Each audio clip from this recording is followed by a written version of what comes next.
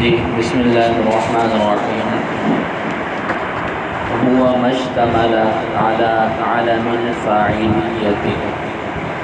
کل آپ لوگوں نے پڑھ لیا تھا اس کی وضاحت کے لیے ماتن علامہ ابن حاجب رحمہ اللہ تعالی نے مرفوع کی تعریف بیان فرمائی ہے کہ مرفوع ایسا اسم ہے جو فاعلیت کی نشانی پر مشتمل ہو۔ اس میں هو ضمیر کی وضاحت آپ لوگوں نے پڑھ لی تھی اور اس کے ساتھ جڑی ہوئی شرح کی مکمل وہ عبارت کی وضاحت بھی آ چکی ہے۔ اس کے بعد اگلا لفظ ہے مشتملہ۔ مشتملہ کے بعد شارح نے اپنی عبارت لکھی ہے ای اسم اشتملہ۔ اشتملہ کا لفظ تو وہی متن والا ہے، ما کا لفظ آیا ہے، اس ما کی وضاحت ذکر کی ہے اسم سے۔ اسم سے ما کی وضاحت کیوں کی ہے؟ وہ ایک اعتراض ہوا تھا۔ اعتراض یہ تھا کہ جی ما آپ لوگوں نے اصول میں یہ بات پڑھی ہے، اسی طریقے پر نحو میں بھی یہ بات پڑھی ہے کہ ما یہ عام ہے، جو الفاظ عامہ ہیں ان میں سے ایک لفظ کیا ہے؟ ما ہے۔ ما جب عام ہوا تو اس کا معنی لفظ کے بھی ہو سکتا ہے یا شیء کے بھی ہو سکتا ہے۔ جب ہم اس کو عام لے لیں تو اس کا ترجمہ ہم یوں کریں گے کہ جی مرفوع وہ چیز ہے۔ جب ما کو ہم عام لیں گے تو ترجمہ کیا کریں گے کہ مرفوع المرفوع شیء، کہ مرفوع وہ چیز ہے جو فاعلیت کی نشانی پر مشتمل ہو۔ جب ما عام ہو جائے گا تو ما کا مصداق جب ہم لفظ لیں گے عام لیں گے تو اس کے مصداق میں اسم، فعل، حرف، پورا جملہ یہ ساری چیزیں آ جائیں گی۔ لہذا جب یہ ساری چیزیں اس میں شامل ہو جائیں گی تو اعتراض ہو جائے گا کہ جی مرفوع کی تعریف یہ مانع نہیں ہے۔ یہ مانع کیسے ہے؟ وہ اس طریقے پر کہ یہ مثال ہے جاءنی زید۔ آپ لوگوں نے پڑھ لیا کہ مرفوع وہ چیز ہے جو فاعلیت کی نشانی پر مشتمل ہو۔ فاعلیت کی نشانات میں سے ایک نشانی ہے ضمہ، کیا ہے؟ پیش آ جائے اس کے اوپر۔ تو زید میں جو دال ہے، دال کے اوپر ضمہ ہے، دال کے اوپر ضمہ آ گیا تو دال مشتمل ہوا ضمہ پر جو کہ فاعل کی نشانی ہے، فاعلیت کی نشانی ہے۔ تو یہ جو صرف دال ہے جو محل اعراب ہے یہ بھی مرفوع کی تعریف میں داخل ہو گیا۔ یفعل آپ مضارع پڑھتے ہیں، یفعل کے آخر میں بھی ضمہ ہے، وہ بھی اس میں شامل ہو گیا۔ اسی طرح کہتے ہیں یفعل زید، یہ پورا ایک جملہ ہو گیا، اس جملہ میں بھی ضمہ پایا جا رہا ہے۔ تو جب ہم ما ایک عام لفظ ہے اور جب عام ہوا تو پھر تو یہ محل اعراب جو حروف پہ ہوتے ہیں وہ بھی شامل ہے، افعال بھی شامل ہو جائیں گے اور جملے بھی شامل ہو جائیں گے، جبکہ یہ جو مرفوع ہم پڑھ رہے ہیں یہ ان میں سے اس کو یہ شامل ہو۔ اس لیے کہ آپ لوگ پڑھ رہے ہیں کہ جی یہ بحث کس کی چل رہی ہے؟ اسماء کی چل رہی ہے۔ کس کی بحث چل رہی ہے؟ اسماء کی بحث چل رہی ہے۔ تو جب اسم کی بحث چل رہی ہے تو اسم کی بحث میں حرف، اسی طریقے پر فعل اور جملہ شامل ہو رہے ہیں۔ تو یہ ایک اعتراض ہوا ما کے لفظ سے کہ ما کا لفظ کیا ہے؟ عام ہے، اور اس ما کا عام ہونے کی وجہ سے اس کا مصداق یہ ساری چیزیں بن سکتی ہیں۔ اس کا جواب دیا اسم سے کہ ما کی وضاحت کس سے کی ہے؟ ما سے مراد یہاں پر اسم ہے، ما یہاں پر عام نہیں ہے، شیء کے معنی میں یا لفظ کے معنی میں نہیں ہے، بلکہ یہ خاص ہے۔ خاص ہے کس کے ساتھ ہو؟ اسم کے ساتھ۔ اسم کے ساتھ خاص کرنے کا کیا اس کی کیا دلیل ہے؟ تو دلیل یہی ہے کہ جی ہم کیا پڑھ رہے ہیں؟ ہم مطلقاً مرفوع نہیں پڑھ رہے بلکہ ہم وہ مرفوع پڑھ رہے ہیں کہ جس کا تعلق کس سے ہو؟ اسم سے ہو۔ تو ہم مرفوعات، منصوبات، مجرورات جو پڑھیں گے باقی اور جو پڑھ رہے ہیں یہ وہ ہے جو اسماء ہے۔ لہذا حروف ہیں، افعال ہیں، جملے ہیں، بے شک ان میں یہ باتیں پائی جائیں لیکن یہ ہماری بحث سے خارج ہے۔ تو اس وجہ سے یہ ما سے مراد یہاں پر کیا ہوا؟ اسم ہو گئے۔ تو مشتمل ای اسم اشتمل، جو وہ چیز جو کہ مشتمل ہو۔ اب بتا دیا کہ نہیں یہاں پر چیز نہیں ہے، شیء کے معنی میں نہیں ہے، بلکہ ما یہاں پر کس کے معنی میں ہے؟ اسم کے معنی میں ہے۔ یہ بات واضح ہو گئی؟ بولو سمجھ آ گئی ہے؟ چلے آگے۔ آگے ہے علی علم الفاعلیت۔ اگلا لفظ کیا ہے متن کا حصہ؟ علی علم الفاعلیت۔ علی علم الفاعلیت کے بعد شارح علامہ جامی رحمہ اللہ تعالی نے عبارت نکالی ای علامتی کون الاسم فاعلا، ای علامتی کون الاسم فاعلا۔ تو یہ عبارت کیوں نکالی ہے؟ یہ عبارت اس وجہ سے نکالی ہے کہ علم آپ لوگ پڑھ چکے ہو، معرفہ کی کتنی قسمیں ہیں؟ 7 ہیں، ان میں سے اعلام بھی ہیں، ان میں سے کیا ہے؟ اعلام ہے، علم ہے، معرفہ کی قسم ہے۔ اور علم سے مراد کیا چیز ہے؟ جو ایک متعین چیز پر دلالت کرے، کسی کے لیے اس کو وضع کیا گیا ہو، اس وضع کے ساتھ وہ کسی اور پر دلالت نہ کرے۔ کسی کا نام زید ہے، اس کے گھر والوں نے اس کا نام رکھا ہے، تو یہ جو اس بندے کا نام زید رکھا ہے، یہ زید کسی کے لیے بولا جا سکتا ہے، اس وضع کے ساتھ یہ کسی اور کے لیے استعمال نہیں ہو سکتا۔ تو علم کا معنی کیا ہوتا ہے؟ کہ ما وضع لشیء معین لا يتناول غیرہ بوضع واحد، کہ جی ایسا علم کہتے ہیں کہ جو متعین چیز کے لیے وضع ہو، کسی اور کے لیے اس کا استعمال اسی وضع کے ساتھ نہ ہو سکے، تو علم بھی اس کو بولتے ہیں۔ جب آپ کہتے ہیں کہ جی یہ ضمہ، واو اور الف یہ فاعلیت کے لیے علم ہے، علم سے یہاں پر کون کون سی چیزیں مراد ہیں؟ فاعلیت کی نشانیاں، تو نشانات کون کون سی چیزیں ہیں؟ ضمہ ہے، واو ہے اور الف۔ تو اس عبارت کا خلاصہ یہ نکلے گا کہ جی یہ ضمہ، واو اور الف یہ فاعلیت کے لیے کیا ہے؟ علم ہے۔ جب فاعل کے لیے علم ہو جائیں گے تو مطلب اس کا استعمال پھر کسی اور کے لیے نہیں ہو سکنا چاہیے۔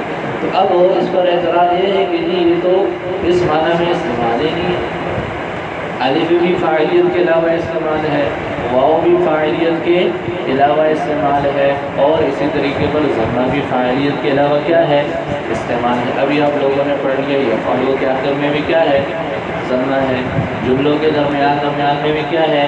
ضمہ آ جاتے ہیں۔ تو یہ اس اعتبار سے جو ہے، اسی طرح حروف کے اوپر بھی ضمہ آ جاتا ہے۔ تو یہ جب ہم اس کو علم بناتے ہیں تو پھر علم کا معنی یہ ہے کہ علم دوسرے کے ساتھ خاص ہونا چاہیے اور پھر وہ کسی اور کے لیے استعمال نہیں ہونا چاہیے۔ تو یہ ایک اعتراض ہوا علم کے لفظ پر۔ سمجھ آ گئی اس بات کی کہ جی ماتن نے عبارت ذکر کی ہے کہ جی مرفوع وہ چیز ہے جو فاعلیت کے علم پر مشتمل ہو، علم تو اسی چیز کے ساتھ خاص ہے، اس کے علاوہ کے لیے استعمال ہو نہیں سکتا۔ جبکہ یہاں پر ضمہ، واو اور الف یہ فاعلیت کے ساتھ خاص نہیں ہے، فاعل کے ساتھ اس معنی میں خاص نہیں ہے، اور جگہ بھی اس کا استعمال ہوتا ہے۔ اس کا جواب شارح نے دیا کہ علم یہاں پر علامت کے معنی میں، اور یہ علامت کا لفظ اس وجہ سے نکالا کہ علم یہ کئی معنی میں استعمال ہوتا ہے۔ جھنڈا جو ہوتا ہے اس کو بھی علم بولتے ہیں، پہاڑ کو بھی کیا بولتے ہیں؟ علم بولتے ہیں، علامت کو بھی علم بولتے ہیں، اور وہ ایک مخصوص معنی جو معرفہ کی ایک قسم ہے اس کو بھی علم بولتے ہیں۔ تو علم کے معنی تو کئی ہیں، ٹھیک ہے۔ تو شارح فرماتے ہیں کہ جی ضروری نہیں ہے کہ علم وہی ہو جو معرفہ کی قسم ہے، بلکہ علم کا یہاں پر دوسرا معنی مراد ہے، اور وہ کیا ہے؟ وہ علامت ہے۔ وہ کیا ہے؟ وہ علامت ہے۔ اور علم اور علامت میں بہت فرق ہے۔ علم اور علامت میں کیا ہے؟ بہت فرق ہے۔ علم کی تعریف تو وہی ہے جو آپ لوگوں نے پڑھ لی کہ جی ما وضع لشیء معین، کہ جو کسی ایک متعین چیز کے لیے وضع ہو اور اسی وضع کے ساتھ وہ کسی اور کے لیے استعمال نہ ہو۔ جبکہ علامت ایک عام چیز ہے۔ علامت کیا ہے؟ ایک عام چیز ہے. جیسے بالفرض آپ لوگ جو ہے وہ کسی کو سمجھاتے ہیں اپنی اس درسگاہ کے بارے میں، اپنی درسگاہ کے بارے میں آپ کسی کو سمجھاتے ہیں تو کیا سمجھائیں گے کہ جی وہ آپ گیٹ سے انٹر ہوں گے، اندر آئیں گے تو سامنے ہی آپ کو کرسیاں نظر آئیں گی، سامنے ہی آپ کو کرسیاں نظر آئیں گی. بس ان کرسیوں تک پہنچیں گے تو دیکھیں گے کہ نیچے سیڑھیاں جا رہی ہوں گی، وہ سیدھا ہمارے باہر سے کوئی آتا ہے وہ دارالفتاء کا پوچھتا ہے، باہر سے کوئی آتا ہے وہ کیا کرتا ہے دارالفتاء کا، اس کو بھی آپ کیا بتائیں گے؟ جیسے ہی گیٹ سے آپ اندر آئیں گے سامنے ہی کرسیاں رکھی ہوں گی، وہ کرسیوں تک پہنچیں گے تو 3 اسٹیپ سیڑھیاں بنی ہوئی اوپر کی طرف، اس میں جیسے اندر جائیں گے تو پہلا کمرہ کس کا ہے؟ دارالفتاء کا. کسی نے دفتر کا پوچھنا ہے، کسی نے دارالاہتمام کا پوچھنا ہے تو ان سب کو آپ کیا بتائیں گے؟ جیسی اندر آئیں گے کرسیاں نظر آئیں گی. تو یہ علامت ہے. اس علامت کو ہم اپنی درسگاہ کے ساتھ بھی جوڑ سکتے ہیں، اس کو دارالفتاء کے ساتھ بھی جوڑ سکتے ہیں، اس کو دفتر کے ساتھ بھی جوڑ سکتے ہیں، اس کو دارالاہتمام کے ساتھ بھی جوڑ سکتے ہیں، اور بھی بہت ساری چیزوں کے ساتھ اس کو جوڑا جا سکتا ہے. لیکن علم کیا ہوتا ہے؟ علم یہ ایک خاص چیز ہے، خاص چیز کے لیے اس کی وجہ ہے، اس کا استعمال عام نہیں ہے علامت کی طرح. تو اس وجہ سے فرمایا کہ علم یہاں پر کس معنی میں ہے؟ علامت کے معنی میں ہے. علامت کے معنی میں لینے کا فائدہ کیا ہوگا؟ لینے کا فائدہ یہ ہو جائے گا کہ یہ الف واو اور ضمہ یہ جیسے فاعل کے ساتھ متعلق ہیں، اسی طرح یہ فاعل کے علاوہ بھی استعمال ہوتے ہیں، فاعل کے ساتھ یہ خاص نہیں ہے. یہ بات سمجھ آ گئی؟ تو علم الفاعلیت کے بعد شارح نے یہ لفظ نکالا ہے علامت کا. علامت کا لفظ کیوں نکالا؟ علم کا معنی متعین کرنے کے لیے، جو اعتراض ہوتا تھا اس کا جواب دینے کے لیے. آگے فرماتے ہیں کون الاسم فاعلا، کسی اسم کے فاعل ہونے کی، کسی اسم کے فاعل ہونے کی علامت. اب یہ علامت کے بعد کون الاسم فاعلا کا جو لفظ ہے یہ بھی ایک اور دفع دخلی مقدر ہے. آپ کو سمجھایا تھا کہ دفع دخلی مقدر کا مطلب کیا ہوتا ہے؟ تو ایک اعتراض ہوتا ہے، اس کا جواب دینا مقصود ہوتا ہے. اعتراض کیا ہے؟ اعتراض یہ ہے کہ جی جو متون ہیں ان میں اختصار ہوتا ہے. یہ پہلے بھی آپ لوگ پڑھ چکے ہو کہ متن میں اختصار ہے، اور اختصار کیوں ہوتا تھا؟ تاکہ اس کو بچے زبانی یاد کر سکیں آسانی کے ساتھ. اور پھر اختصار میں علامہ ابن حاجب تو بہت مشہور ہے، علامہ ابن حاجب تو اختصار میں بہت مشہور ہے. تو یہاں پر یہ متن کی عبارت اگر یوں کر دیتے کہ مشتمل علی علم الفاعل، کیا کرتے؟ مشتمل علی علم الفاعل، اختصار ہو جاتا، 2 لفظ کم کر دیتے، یا کو بھی اور آخر میں تا کا بھی اختصار ہو جاتا، یہ 2 لفظ گڑ جاتے، کم ہو جاتے. تو ماتن اختصار کے در پہ ہے، علی علم الفاعلیت میں طوالت ہے. اگر یوں کہہ دیتے علی علم الفاعل، مقصد بھی حاصل ہو جانا تھا اور اختصار بھی ہو جاتا، تو یوں کر دیتے ہیں. اس کا جواب دیا یہاں سے کہ کون الاسم فاعلا، یہ جو علامتیں ہیں، یہ نشانات ہیں، یہ ذات فاعل کے لیے نہیں ہے، یہ ذات فاعل کے لیے نہیں، بلکہ یہ اس کے فاعل ہونے کی نشانی ہے. ایک تو ہے نا ذات فاعل، اور ایک ہے فاعل ہونے کی حیثیت، ایک ہے فاعل ہونے کی حیثیت. یہ حسن امداد ہے، یہ لکھ رہا ہے، یہ کیا کر رہا ہے؟ اب یوں کہتے ہیں یکتب حسن، یکتب حسن. اب یہ فاعل تو بن گیا نا، اس کی ذات اب وہ کیا ہے؟ فاعل ہے. لیکن کل یہ لیٹ آ گیا، لیٹ آنے کی وجہ سے اس نے کان پکڑ لیا، اس کو کان پکڑائیں گے، ہاں کان پکڑا کر اس کے جوتے بھی ساتھ میں لگائیں گے. اب اس کو آپ کیا کہیں گے؟ ضربا حسنا، ضرب استاد حسنا. اب کیا ہو گیا؟ ہے تو یہ فاعل لکھنے کے لیے، ذات اس کے فاعل کی ہے، لیکن اب کیا ہے؟ اب اس کے اوپر ضمہ نہیں پایا جا رہا. اگر یہ ذات فاعل کی نشانی ہوتی تو جہاں پر بھی حسن کا نام آتا، چونکہ یہ فاعل ہے تو اس کے ساتھ پھر کیا ہونا تھا؟ بولو، ضمہ ہر وقت ہونا تھا. لیکن اس کے ساتھ ضمہ کے استعمال اسی وقت ہے جب اس میں فاعل ہونے کی حیثیت، جب اس میں فاعل ہونے کی کیا ہو؟ حیثیت. جیسے ہی وہ حیثیت ختم ہوگی ایسے ضمہ بھی ختم ہو جائے گا. سمجھ آ رہی ہے؟ تو یہ جو نشانیاں ہیں، یہ جو عالم ہے، یہ ذات فاعل کی نہیں ہے بلکہ یہ کس کی ہے؟ یہ فاعل ہونے کی نشانی ہے. لہذا اگر یوں کہہ دیتے علی علم الفاعل، جو فاعل کی نشانی پر مشتمل ہو، تو پھر تو مراد یہ ہوتا ہے کہ جی یہ نشانات ذات فاعل کی ہیں، اور ذات فاعل یہ جو ہے وہ وقوع کی کیا ہے؟ خلاف ہے، کہ یہ ذات فاعل کی نہیں ہے بلکہ فاعل ہونے کی حیثیت کی ہے. کہ ایک چیز ہے وہ فاعل ہے تو اس کے ساتھ اس کی نشانی اس وقت تک لگی رہے گی جب اس میں فاعل ہونے کی حیثیت ہو. جیسے ہی وہ حیثیت ختم ہو جائے گی تو ذات تو اس کی وہی ہے.